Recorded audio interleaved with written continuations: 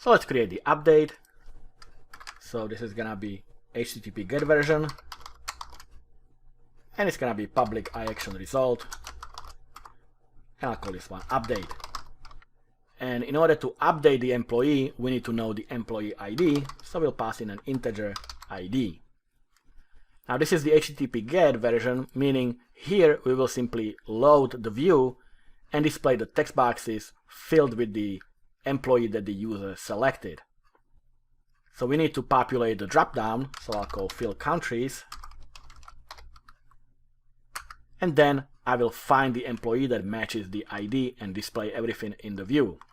So I will create a model, and this is coming from the DB context, employees dataset, and we'll use the find method and pass in the ID of the employee to it. So this will return the employee that matches the ID, and then we will return it to our view.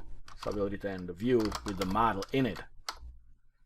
So this will populate the text boxes when we bind the properties from the employee with the text boxes in the view. Now let's do the HTTP post version, and I'm actually going to copy everything for the HTTP post version for the insert and paste it right under here. So again, this is HTTP post. We want the validate anti-forgery token, but this one is called update.